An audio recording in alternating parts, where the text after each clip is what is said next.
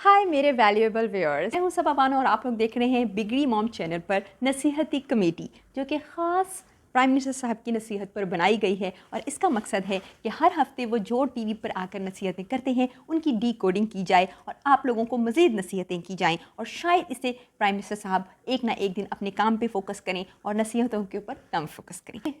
पहले मैं आपको नसीहती कमेटी के अरकान जो है उनके साथ इंट्रोड्यूस करवा दूँ एक दफ़ा, फिर let's have a quick introduction. Doctor बिचारा, मैन एक्टिविस्ट मिस्टर फट्टू, डीजे बिच्छू, मोटिवेशनल स्पीकर, साइकोलॉजिस्ट सहीन तरीन, फेमिनिस्ट मिस बिच और मिनिस्टर बेकार से।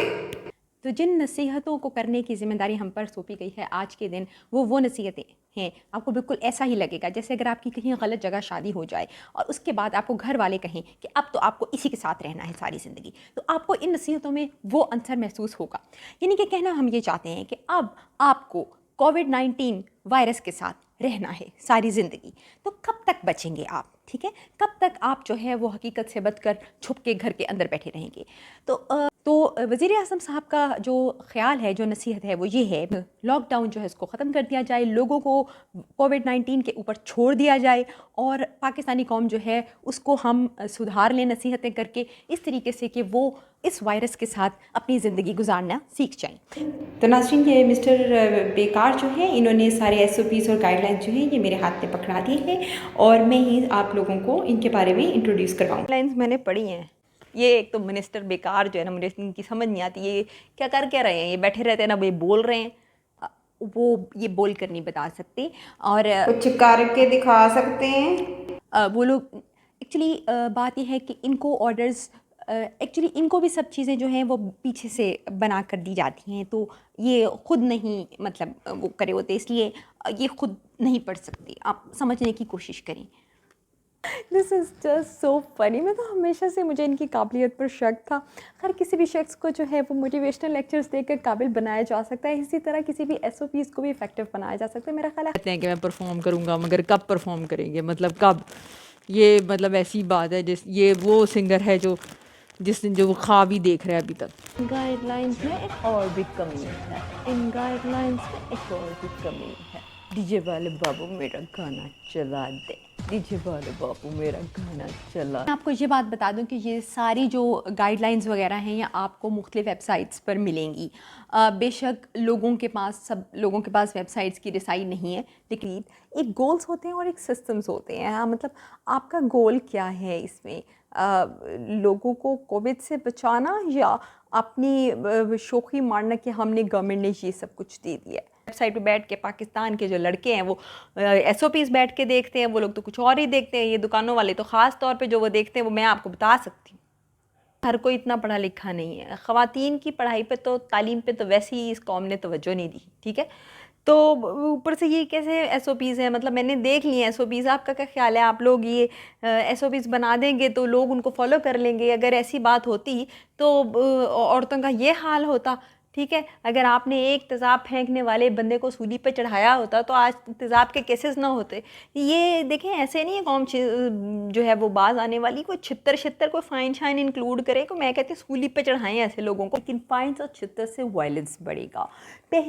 वायलेंस से लोगों के अंदर बहुत बुरा असर हो सकता है और लोगों के अंदर के जो भेड़िए हैं वो बाहर आ जाएंगे। अगर आप पूरी बात भी किसी भी शो में किसी की सुनी जाती, अब आप उनको बोलने दें। जी आप बताइए। इस कौम के मर्द जो हैं वो कभी छितर और फाइन के बगैर नहीं समझ सकते। फेमिनिस्ट है, आपकी ज़्यादातर बातों के साथ कोई भी एग्री नहीं करता, लेकिन आपकी इस बात के साथ मेरा एग्री करने को दिल कर रहा है बिल्कुल। जैसे आपको मैं एक मिसाल देती हूँ यहाँ पर। जो कुत्ते हैं, जब वो गांव में होते हैं तो वो गाड़ियों के पीछे पीछे भागते हैं, लेकिन जब वही कुत्ते शहर में आते हैं तो गाड़ियों से बच कर जाते हैं। तो ये लाइफस्टाइल लर्न करने की बात है। तो आपने कोरोना के पीछे नहीं भागना, बल्कि जो है कोरोना मतलब अब उससे बच के चलना है। तो वो कुत्ते हैं जो सीख जाते हैं। ये अनारकली के कुत्तों को, मेरा मतलब अनारकली में जो लड़के फिर रहे होते हैं और ये जो पिंडी बॉयज़ हैं, इनको आप कैसे समझाएंगे हैं? औरतों को ऐसे बाहर घर से निकलना चाहिए कि मर्द जो है वो कुत्ता ना बने। इसमें सारा औरतों का कसूर है। और मेरा ख़्याल है यहाँ भी नसीहत जो है वो अवाम को नहीं, नसीहत हुकूमत को करने की ज़रूरत है। इस नसीहती कमेटी को बनाने का मकसद लोगों को नसीहतें करना है, गवर्नमेंट को नहीं हमने नसीहतें करनी। कि आप औरतों को हकूक़ दे दे के जो मर्दों के साथ जुल्म हो रहा है, मैं उसके लिए ही काम करता हूँ। मर्दों की बात कर रही हूँ, मैं आपकी बात नहीं कर रही। देखिए, आप दिखावे पे मत जाएं, समझ आई? आपको मेरी बातों से बिल्कुल नहीं लगता कि मैं एक मर्द हूँ? क्या मैं खड़ूस बातें नहीं कर रहा? नाम फट्टू है, मैन एक्टिविस्ट।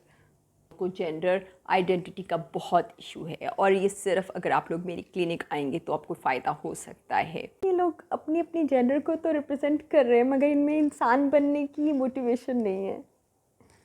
बिल्कुल, आप दोनों जो हैं वो अपनी जेंडर को बिल्कुल भी रिप्रेजेंट नहीं करते सही तरह से। मेरे ख्याल से इस कमेटी में हम लोगों को औरतों और मर्दों को ही अगर किसी को रिप्रेजेंट करना है तो ये पहले तो मैं इस चीज़ से एग्री नहीं करूँगी क्योंकि कोविड जो है वो औरतों और मर्दों की पहचान नहीं रखता, इसलिए फेमिनिस्ट और मेन एक्टिविस्ट का यहाँ पर कोई ताल्लुक़ नहीं। हमें एक इंसान यानी कि ह्यूमनिस्ट चाहिए। और आप खामोश हो जाएं, बस इतनी सी सुननी थी हमने आपकी बात। और चलो अच्छी बात है अगर आपको ये ख्याल आ गया कि डॉक्टर्स जो हैं उनसे भी कोई मशवरा कर लिया जाए। मतलब पहली बात तो ये है कि मैं लोगों को यही कहूँगा, इन सारे SOPs के साथ साथ मैं ये कहूँगा कि मास्क जो है आपने नाक के ऊपर रखना है। अगर आप ऐसे करके मास्क पहनेंगे तो उसका कोई फ़ायदा नहीं है। मतलब आपका मुँह बंद नहीं करना मकसद ये है कि आपके अंदर जो सांस जा रही है उसके अंदर COVID-19 ना हो, तो उसके लिए आपने नाक के ऊपर रखना है। इसके अलावा जो है आपने जो है ना ये जब आप अपने लिए ईद की शॉपिंग करने के के लिए बाहर निकलते हैं और बहुत सारी फजूल किस्म की चीज़ों पे आप पैसे लगा रहे होते हैं, तो ऐसे टाइम पे अगर आप ये ग्लव्स भी ख़रीद लेंगे तो आप ज़्यादा गरीब नहीं हो जाएंगे। और अगर आप गरीबों को ग्लव्स बांट देंगे तो उससे तो फिर आप यकीनन ज़्यादा गरीब नहीं होंगे। इसके अलावा जो है हैंड सैनिटाइज़र्स जो हैं वो आप यूज़ करें।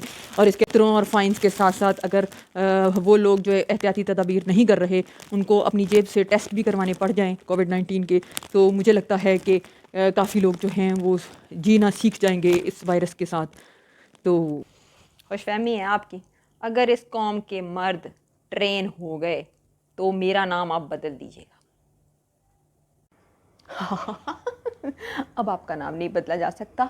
आप एक दफ़ा फेमिनिस्ट बन गई हैं, अब आप बिच ही रहेंगी, अब आपका नाम यही रहेगा।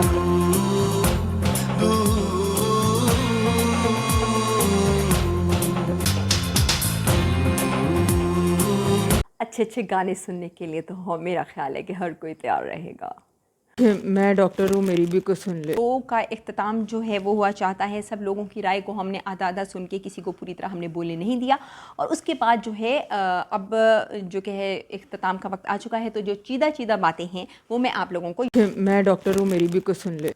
नहीं, मैं आपकी बात समझ गई हूँ, बोलूँगी मैं आपको ये बता दूँ कि जैसे बिजली नहीं बनी थी और UPS बन गए थे, सोलर एनर्जी आ गई थी, इसी तरह असी हुकूमत ने कुछ नहीं करना।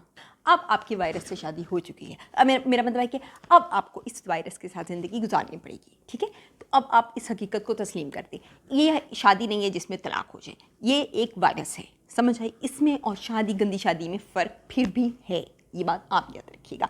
अब आप घर से बाहर निकलेंगे या आप घर के अंदर रहेंगे, और अगर आप घर से बाहर निकल कर घर के अंदर आएंगे तो फिर आपके साथ ये वायरस जो है वो ऐसे चिपका ही रहेगा और आता ही रहेगा। ये बिल्कुल उसी तरह लीचड़ लड़के की तरह है जो एक लड़की के पीछे पड़ जाता है और बाज़ार से लेके घर तक उसको छोड़ के आता है कि खुदा दा वास्ता सुधर जाओ। इस वायरस के साथ ज़िंदगी गुजारना सीख लें। अब यही आपकी नसीब है और यही आपकी ज़िंदगी है।